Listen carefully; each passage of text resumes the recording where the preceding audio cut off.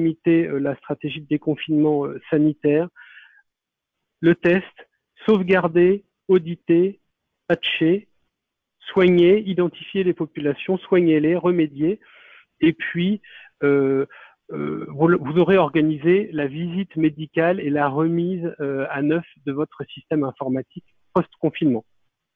Une fois que vous en serez là, vous aurez un système IT de nouveau opérationnel, et donc vous pourrez vous concentrer dans la deuxième étape, l'étape dans le Covid qui consiste à confiner, mettre en quarantaine pour éviter la contagion, traiter les symptômes et prévenir. Vous pourrez vous concentrer sur la prévention et puis la réaction si le virus se propage ou si vous avez une attaque. Donc, pour prévenir, eh bien, ce que vous pouvez utiliser, c'est de la protection email, pour principalement se prémunir du phishing. Donc, la protection email et la protection des mobiles. Il existe des solutions pour filtrer et bloquer le maximum de ces tentatives pour protéger vos utilisateurs. Côté réaction, vous pouvez vous doter de systèmes de protection DDoS qui aident à accélérer la réponse en cas d'attaque, qui permettent de réagir beaucoup plus vite. Et M. Métral reviendra sur la nécessité de répondre très vite. Et puis, ce qui apparaît à l'écran, qui s'appelle Microsoft Endpoint Detection and Response, là, c'est probablement le bon moment pour vous équiper des nouvelles générations d'antivirus, pour faire simple, qu'on appelle les EDR, qui permettent de superviser, puis d'isoler très rapidement les PC infectés en cas d'infection. Et donc, ça vous permet de gagner un temps extrêmement précieux grâce à ce type de solution qui s'installe sur les PC. Voilà. De la même façon, si vous savez comment vous allez réagir, qui est votre partenaire quand vous avez un incident cyber, et si vous savez à qui téléphoner, et si vous avez préparé et révisé vos méthodes de gestion de crise, et vous l'avez déjà fait un petit peu dans le Covid, eh bien, vous en sortirez mieux pendant l'attaque, et on reviendra dessus après. Alors, troisième étape, toujours dans la même logique, on a testé, on a isolé, protégé, on s'est doté de la capacité de réagir rapidement. On peut redémarrer en utilisant les bonnes règles de distanciation, les gestes barrières et la préparation à la deuxième vague si elle venait. De la même façon que là, quand on rouvre les restaurants, on va vérifier si le virus se propage de niveau, puisqu'on n'a toujours pas trouvé le vaccin. De la même manière, vous devez être attentif à savoir si cette vulnérabilité qui a beaucoup augmenté au risque cyber pendant le Covid va vous frapper bientôt. Alors, vous devez respecter les gestes barrières, les nouvelles architectures non seulement du bureau, mais aussi de l'IT, revenir sur vos architectures de télétravail, notamment de cloud public, les outils que vous avez utilisés pour digitaliser à marche forcée vos processus. Puisque les usages Covid finalement vont devenir la nouvelle norme, qui sera difficile à vos utilisateurs de revenir vers des processus plus stricts en utilisant des applications qui sont moins faciles d'accès. Eh bien, vous devez voir comment adapter votre politique de sécurité à ces nouveaux usages, notamment autour du télétravail. Le télétravail est appelé à durer probablement, avoir des solutions d'accès à distance de bonne qualité, sécurisées, correctement dimensionnées, afin d'éviter que les collaborateurs les contournent ou les désactivent pour avoir un meilleur usage. C'est probablement le plus important. Et puis, vous revenez sur la sécurité du cloud public, des solutions visio de partage. Vous vous souvenez que GDPR existe et qui a été un peu malmené là pendant la crise, et vous essayez de reprendre la main là-dessus. Voilà. Et bien sûr, vous couplez cette approche système avec une approche utilisateur. C'est probablement un très bon moment là. Grâce à l'analogie avec le Covid, c'est probablement un bon moment de sensibiliser vos utilisateurs aux bons gestes barrières pour que chacun soit conscient de son rôle potentiel de maillon dans la chaîne de transmission du virus, et pour qu'il soit pour qu'on soit aussi gêné en fait quand on entre une clé USB dans le PC Pro, la clé USB qui est à la maison et qu'on a utilisée pour sauvegarder, pour pouvoir passer sur l'imprimante de la maison. Eh bien, qui soit aussi gênant finalement d'introduire une clé USB dans le PC que de ne pas porter de masque à la boulangerie. Voilà. Donc, avec ces 3 étapes, vous avez nos recommandations finalement pour organiser votre déconfinement informatique. Vous voyez, retour sur la crise pendant en redémarrage, c'est quoi? La gestion de crise à froid, c'est quand même un petit peu difficile de mobiliser tout le monde autour de ces sujets-là parce qu'on on est tous très occupés, on a tous énormément de choses à faire et se forcer à imaginer une crise qui nous semble bien improbable, c'est très difficile. Là, l'avantage de cette période, c'est que tout le monde a vu la crise Covid, elle existe, tout le monde a compris qu'est-ce que ça voulait dire de travailler dans des conditions dégradées, ça arrive. Et donc, or, la crise Covid, ça a faiblement dégradé nos opérations d'un point de vue IT par rapport à une crise cyber. Donc c'est un bon moment là, puisque vous avez sollicité votre organisation, votre système de gestion de crise, de revenir à chaud dessus et de voir ce que vous pouvez encore améliorer pour éventuellement mieux gérer la prochaine attaque cyber. Parce que les crises cyber, ça existe. Alors, c'est vrai, M. Métral, vous nous avez fait part effectivement d'une situation assez exceptionnelle finalement, d'une crise cyber majeure, comme vous l'avez évoqué, dans une crise sanitaire d'une grande ampleur.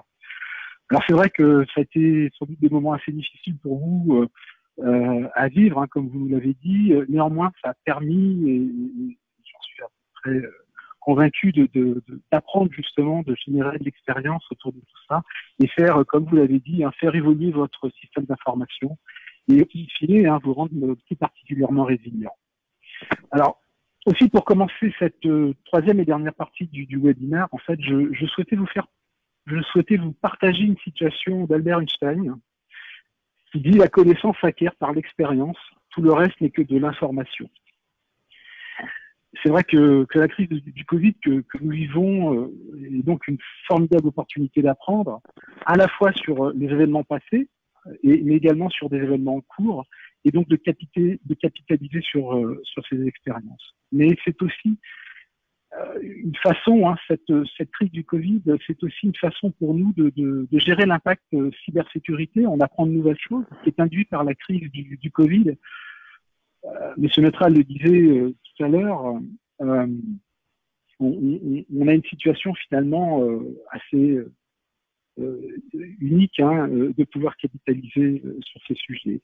Et pour cela, une des approches pour capitaliser est d'organiser effectivement un retour d'expérience.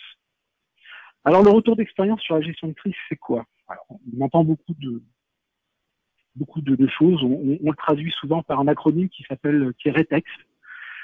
REX parfois, on le voit sous le terme de REX. Ce qu'il faut savoir, c'est que un retour d'expérience, ce n'est déjà pas un audit post-mortem de la crise.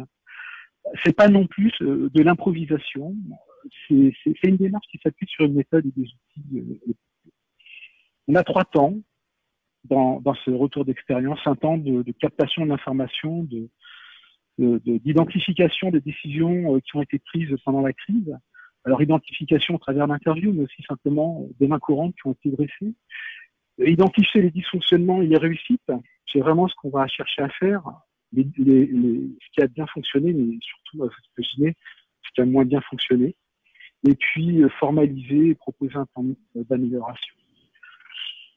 Le RETEX va nous permettre en fait de partager une vision globale de l'événement et de renforcer les liens entre les parties prenantes. Ça va nous permettre de repérer les points positifs et les capitaliser, mais aussi d'identifier les points négatifs et proposer des axes d'amélioration, reconnaître le travail de chacun et faciliter la résilience.